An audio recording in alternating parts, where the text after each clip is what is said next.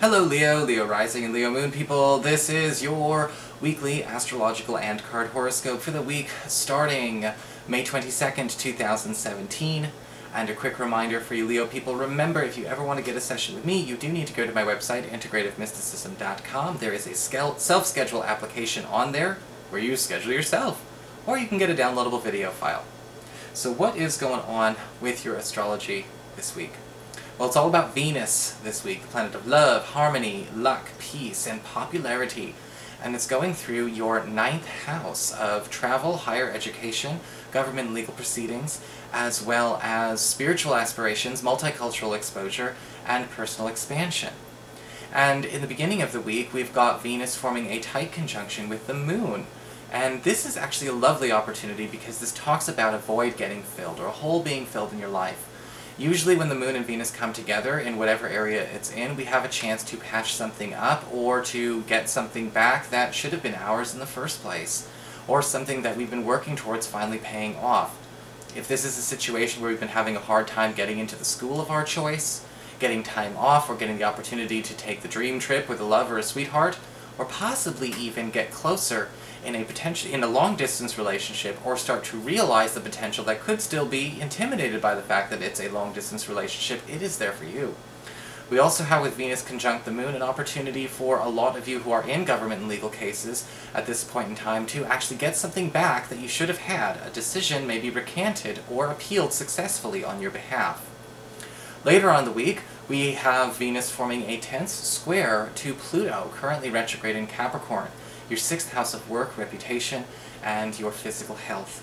And this square between your 9th house and your 6th house can indicate that there could be some challenges going on in a demographic switch, whether it comes to business, the work that you're working on, your customer base, your clients, your audience, your readership, if you work online, or possibly even your peers. Now, when we talk about a clash of demographic, or a clash of colleagues, or a clash of cliques, this is what's happened sometimes when we compartmentalize our social life way too much. It's almost like leading a double life, and accidentally sometimes, Leos, that can happen. And this may be a challenge that we have to deal with. Sometimes we have friends and coworkers and associates for one thing, and then there's another thing, and we get them all in the same place, and everyone suddenly thinks they don't know who you are. You can correct that by starting to actually bridge that gap slowly but surely throughout the week. So what is going on with your cards then?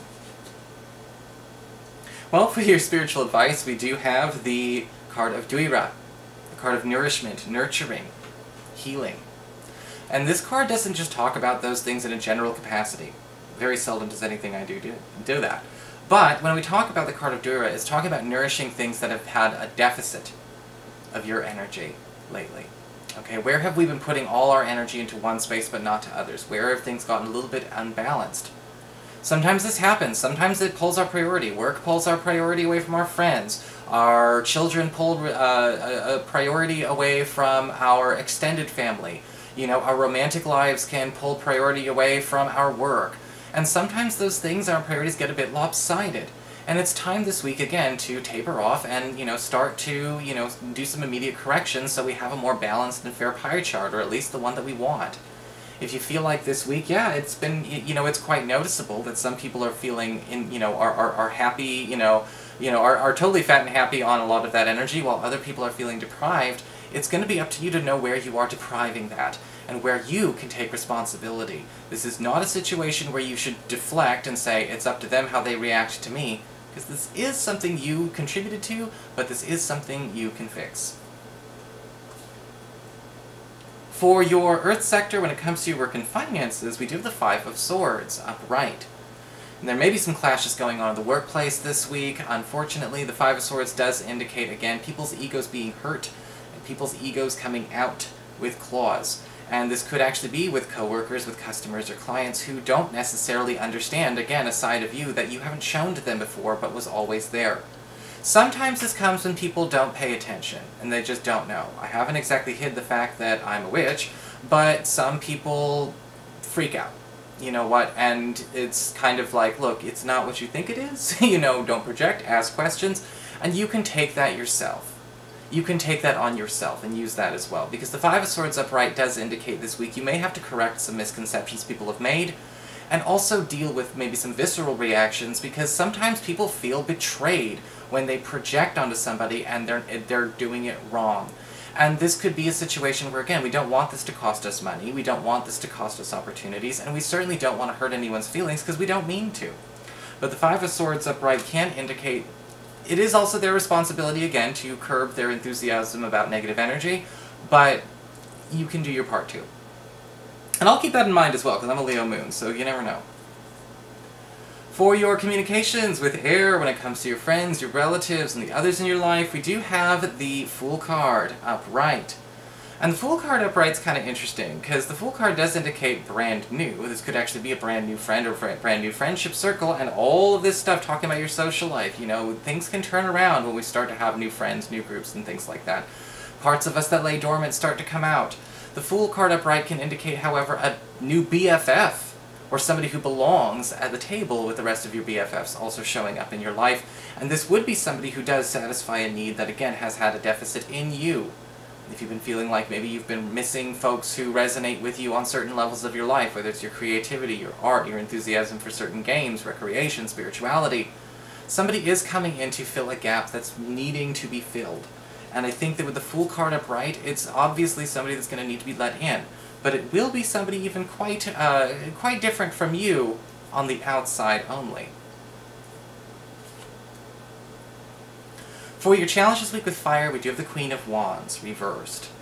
And the Queen of Wands reversed can indicate, again, some bullying, some fighting. I don't like to say bullying too much, I'm 31, but, you know, some antagonism and some bitchiness. That's better. You know, because with the Queen of Wands reversed, you know, we tend to see a person, or possibly a group of people, most likely a fire sign, could be Leo like yourself, an Aries or a Sagittarius, who, again, is not happy with you not living up to what they have projected onto you. That seems to be a big theme. Alright? Whether or not they really even know who you are, or they just assume they know because they've seen your work, or they've heard about you, or they have a crush on you, and you didn't even know. You know, because some people have crushes on you even if you're with somebody. This person could be acting out with gusto. The problem with the Queen of Wands reversed is this person is not necessarily ready to patch up right away. They want to get the negativity out through a fight. If you don't want to fight, you're going to have to shut it down. Leave her with her toxic energy. Whether she chokes on it, or she digests it, or processes it, or clears it away is on her, if you don't want to do that. But it is not a situation where I think that you should try to win them over right now. They're not available to it. For your emotions with water and your romantic life, we do have the Three of Swords upright. So with the Three of Swords upright, usually what can happen is that there might actually be a situation where there's a betrayal going on in a love situation, or somebody's starting to feel betrayed.